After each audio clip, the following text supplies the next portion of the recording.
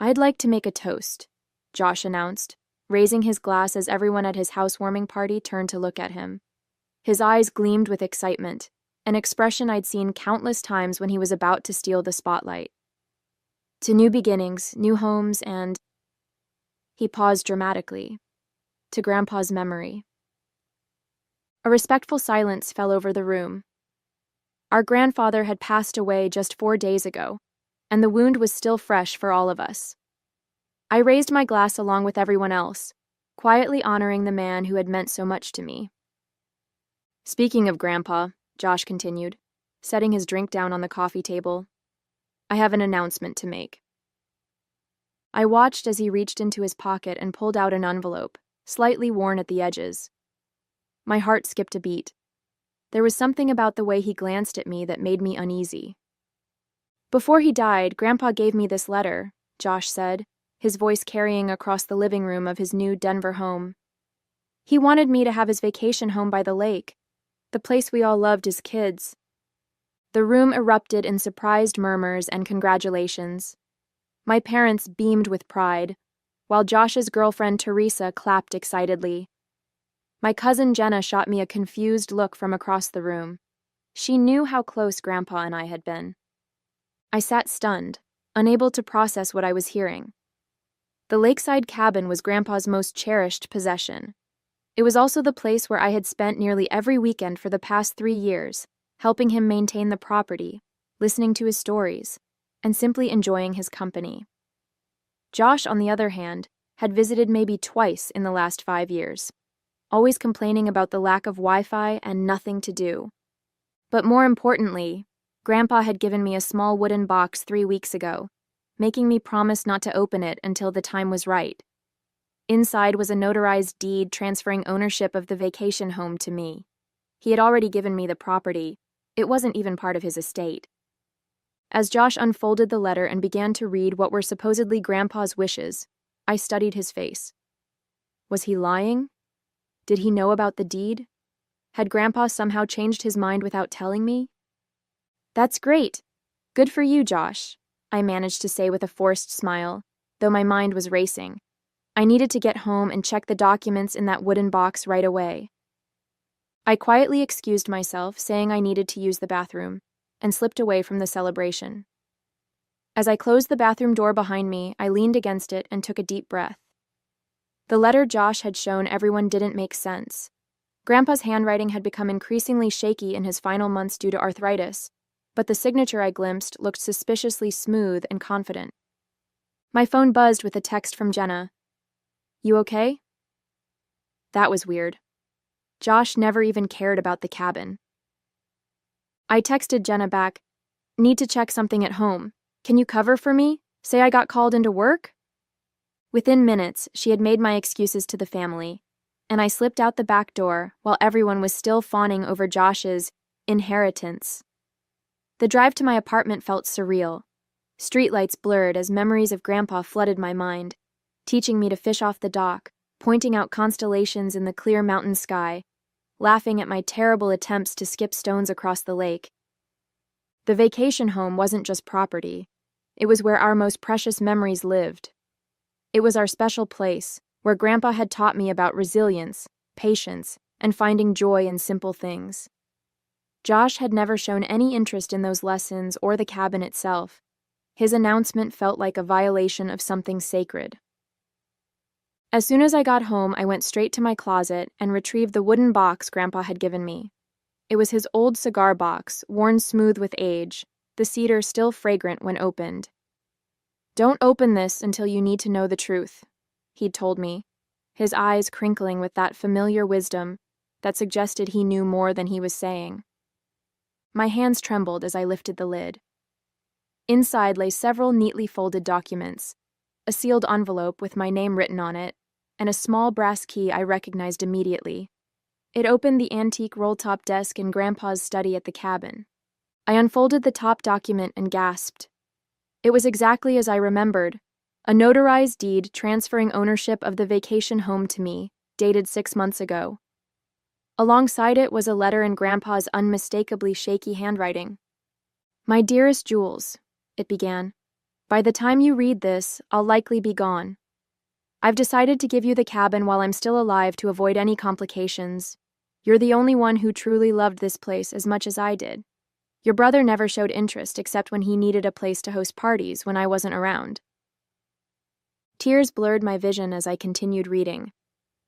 I know your brother might contest this, which is why I've had everything properly notarized and filed. There's a copy with my lawyer, Harold Thompson.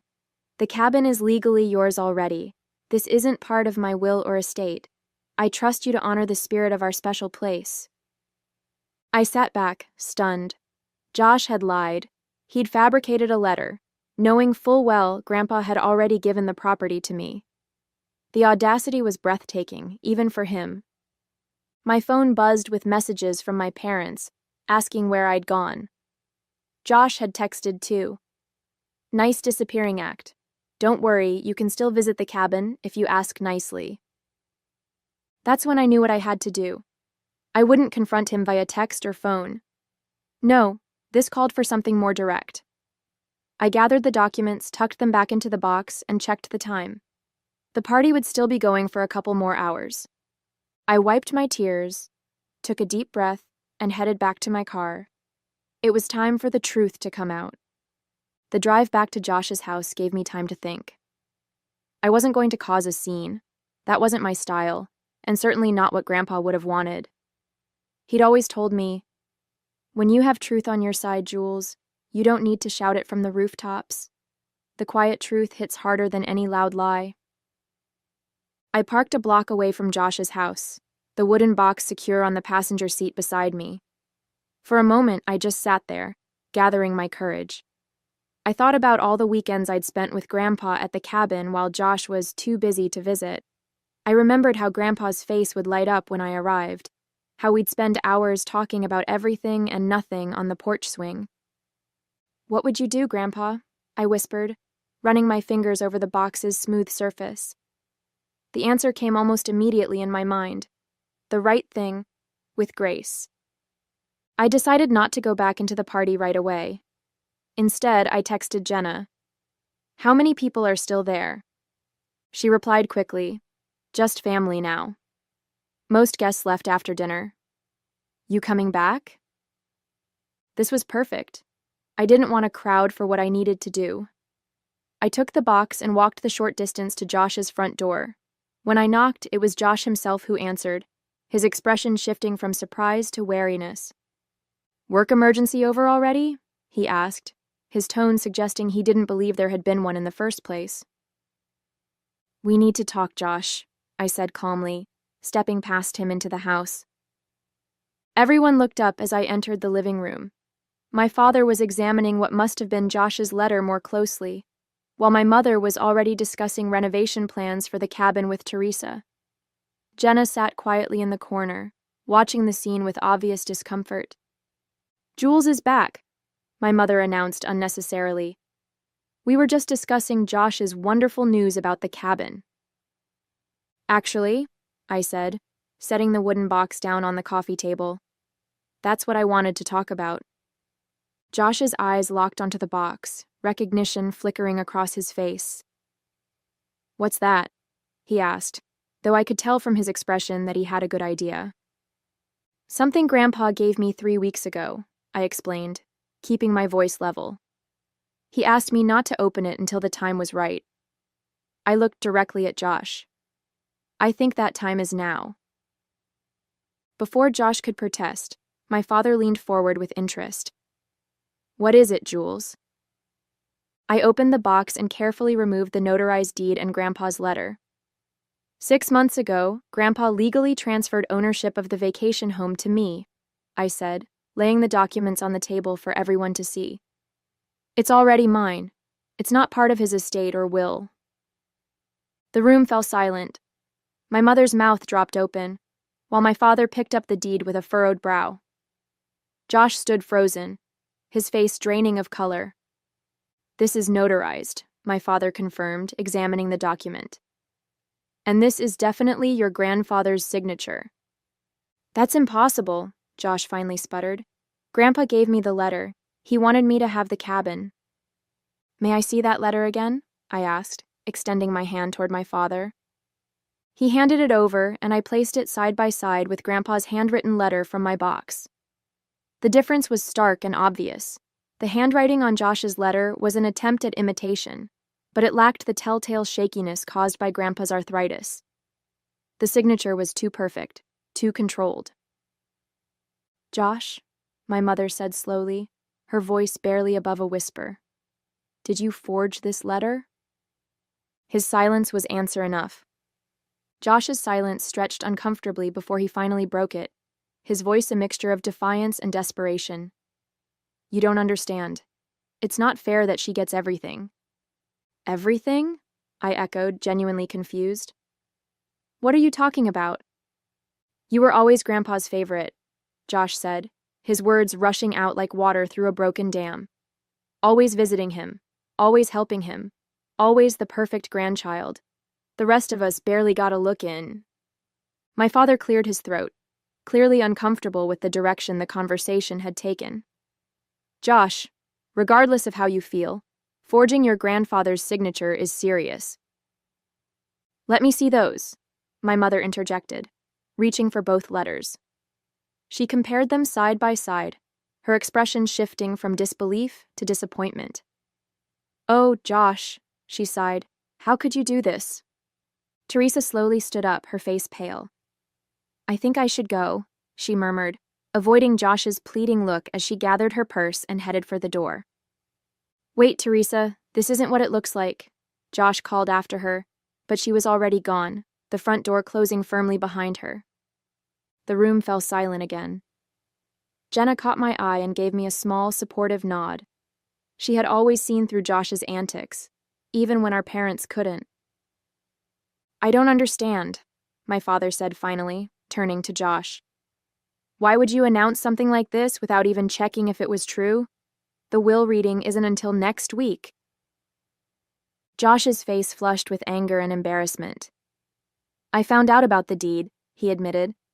"I was at Grandpa's lawyer's office last week, asking about the estate, and Thompson mentioned that the cabin wasn't part of it because it had already been taken care of. He wouldn't tell me more because of client confidentiality, but I knew what it meant. I thought if I announced it first, maybe..." "Maybe what?" my mother pressed. "Maybe Jules would just let you have it?" "Maybe everyone would believe me instead of her for once," Josh snapped, his voice rising. "Maybe I could have something that mattered to Grandpa, too." His words hung in the air, revealing a jealousy deeper than I had realized. I felt a twinge of sympathy, despite everything. Had he really felt that excluded from Grandpa's life? "Josh," I said quietly, "Grandpa invited you to the cabin countless times. You always said you were too busy." "Because I felt like an intruder," he shot back. "By the time I realized what I was missing, it was too late. You two had your special bond, your inside jokes, your traditions. There was no room for me." My father shook his head, disappointment evident in his expression. "That doesn't justify lying to the entire family, son." Josh slumped into a chair, the fight seemingly draining out of him. "So what happens now?" he asked, not looking at any of us. "You've made your point, Jules. You win." "This isn't about winning," I said, thinking of Grandpa and what he would want in this moment. Despite Josh's deception, he was still my brother, and Grandpa had loved him too, in his own way. I reached back into the wooden box and pulled out something I hadn't mentioned yet, a sealed envelope with Josh's name on it, written in Grandpa's distinctive handwriting. "He left something for you too," I said, holding it out to my brother. Josh looked up, suspicion and hope warring in his expression. "What is it?" "I don't know," I admitted honestly. "Grandpa told me not to open anything that wasn't addressed to me." After a moment's hesitation, Josh took the envelope and carefully opened it. As he read the contents, his expression shifted from defensive to shocked, and finally to something that looked like genuine remorse. "He knew," Josh said finally, his voice barely above a whisper. "He knew I might try to claim the cabin." My mother moved to sit beside him. What does it say, honey? Josh hesitated, then handed her the letter. Read it, he said. Everyone should hear it. My mother adjusted her reading glasses and began. Dear Josh, if you're reading this, then Jules has opened my cedar box, which means one of two things. Either I'm gone, or something has happened that made her feel it was necessary to reveal its contents. I've known you since the day you were born, and I know your heart. You've always wanted recognition and validation, things I perhaps failed to give you in the way you needed. But I also know when you feel overlooked, you sometimes make impulsive decisions that hurt others and ultimately yourself. The cabin has been transferred to Jules. This was a decision I made with great thought and love. Not because I didn't care for you, but because Jules connected with the place in a way you never did. She understood what made it special to me, and I trust her to preserve that spirit. What you need isn't a property, Josh. It's a purpose. I've enclosed a check for $25,000. Use it to start something meaningful. Find what makes your heart come alive the way the cabin does for Jules. Maybe it's that business idea you mentioned last Christmas, or perhaps something else entirely. I hope someday you'll understand that this isn't about favorites or fairness. It's about recognizing different paths for different hearts. Jules will keep the door open for you at the cabin, I have no doubt, but your future lies in building something of your own. With love and hope, Grandpa. When my mother finished reading, there wasn't a dry eye in the room. Josh sat with his head bowed, the check clutched in his trembling hand. He saw right through me, he murmured, even from the grave. My father moved to place a comforting hand on Josh's shoulder. Your grandfather was a perceptive man. Josh looked up at me, really looked at me, perhaps for the first time in years. I'm sorry, Jules, I had no right to try and take what was already yours. The words seemed to cost him, but they also sounded sincere. I nodded, not quite ready to offer forgiveness, but acknowledging his apology. There's something else in the box, I said, reaching for it again. I pulled out a small photo album and opened it to reveal pictures spanning years. Josh and me as children at the cabin, building sandcastles by the lake, roasting marshmallows with Grandpa at the fire pit.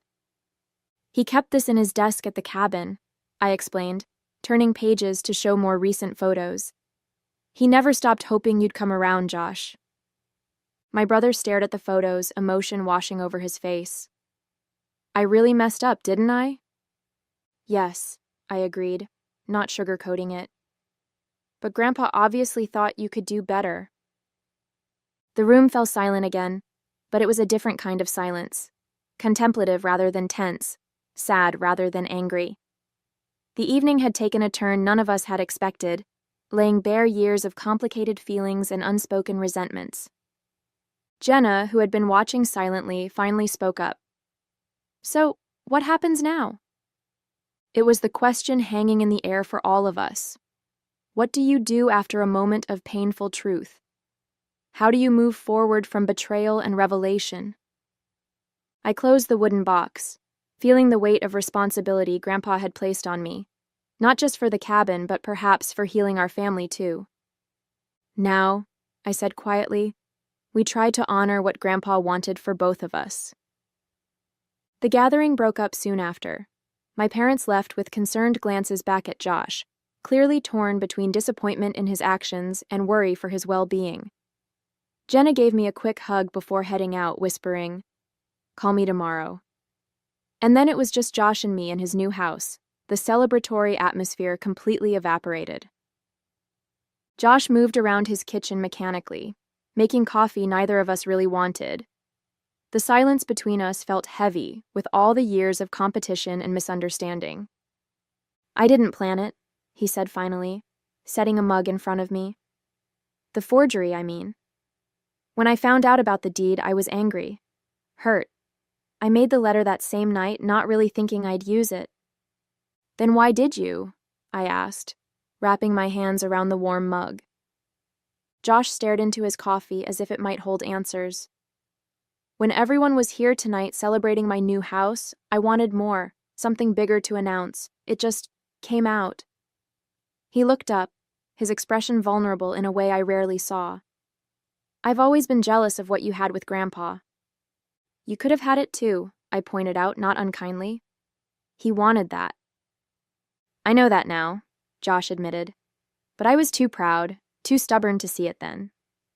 He hesitated, then asked, "What are you going to do with the cabin?" It was the question I'd been asking myself since Grandpa had given me the deed 6 months ago. Keep it as it is, mostly. It needs some repairs, but I don't want to change its character. Josh nodded, looking relieved. That's good. It should stay the way Grandpa loved it. I studied my brother, this person I'd grown up with but sometimes felt I barely knew. You're welcome there, you know, anytime. His eyes widened slightly in surprise. Even after what I did? The cabin was meant to bring family together, not drive us apart, I said, echoing what I believed Grandpa would have wanted. That doesn't mean I'm not still angry, or that I trust you completely right now, but the door is open. Josh seemed to understand the qualified olive branch for what it was. Thank you. We sat in silence for a few more minutes, sipping coffee that had already gone cold. The night had been exhausting, emotionally and physically, and there was still much to process. I should go, I said finally, standing up. It's been a long night. Josh walked me to the door. Before I left, he asked, "Do you think Grandpa knew this would happen? The showdown over the cabin?" I thought about the careful preparation Grandpa had made, the notarized deed, the separate letters, his instructions to me about when to open the box. I think he hoped it wouldn't, I answered honestly. But he was prepared in case it did. Josh shook his head, a rueful smile on his face. He always was 3 steps ahead of everyone else. That he was, I agreed. As I drove home, the wooden box secure on the seat beside me once more, I felt a curious mixture of emotions, sadness for the pain of the evening, relief that the truth was out, and a tentative hope that maybe, just maybe, this could be a turning point for Josh and me. The cabin keys felt heavy in my pocket, not just metal, but the weight of responsibility and memory. Grandpa had trusted me with something precious, and I intended to honor that trust. But maybe there was room for Josh in that picture too, if he was willing to meet me halfway. Tomorrow I decided I would drive up to the cabin, sit on the porch swing, watch the light change over the water, and perhaps feel Grandpa's presence one more time, guiding us toward healing, even in his absence. The cabin looked exactly as I remembered it. Weathered cedar siding, emerald green shutters, and the wide porch that wrapped around 3 sides of the structure. As I pulled into the gravel driveway, the early morning sun cast long shadows through the pines, creating patterns across the ground that seemed to welcome me home. I sat in my car for a moment, taking it all in. This was mine now. Not just a building or a piece of property, but a sanctuary filled with memories and whispers of the past. I could almost see Grandpa in his favorite rocking chair, baseball cap pulled low over his eyes as he dozed in the afternoon light. The cabin key slid into the lock with a familiar resistance. You had to jiggle it just right, a quirk Grandpa had refused to fix because he claimed it kept out the riffraff. Inside, everything was just as he'd left it. Books stacked on the side table, fishing gear organized meticulously in the corner, the faint scent of pipe tobacco lingering in the air despite his doctor's orders to quit smoking years ago. I moved through the rooms slowly, trailing my fingers along furniture that had been in our family for generations. The stillness was peaceful rather than oppressive, as if the cabin itself was holding its breath, waiting to see what would happen next. My phone buzzed in my pocket, a text from Jenna. "How's the cabin? Your mom called me this morning. Josh is a wreck." I typed back, "Cabin's perfect. Not sure how to feel about Josh yet." Another message followed quickly.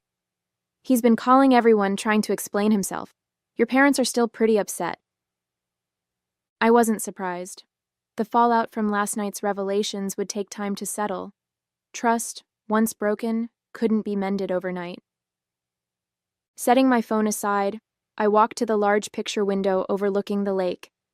The water sparkled in the morning light, serene and unchanging despite the human drama unfolding around it. "I'm here, Grandpa," I whispered to the empty room. "I'll take good care of it, I promise." 3 weeks passed before Josh reached out. His text was simple. "Can we talk? At the cabin, maybe?" I deliberated for a day before responding with a time and date. Part of me wasn't ready to share this space with him yet, but Grandpa's voice kept echoing in my mind. "Holding grudges makes the heart heavy, Jules. Sometimes forgiveness is more for you than for them." When Josh's car pulled up the following Saturday, I was sitting on the porch swing, nursing a cup of coffee. He approached slowly, looking more subdued than I'd seen him in years. "This place hasn't changed at all," he said, glancing around.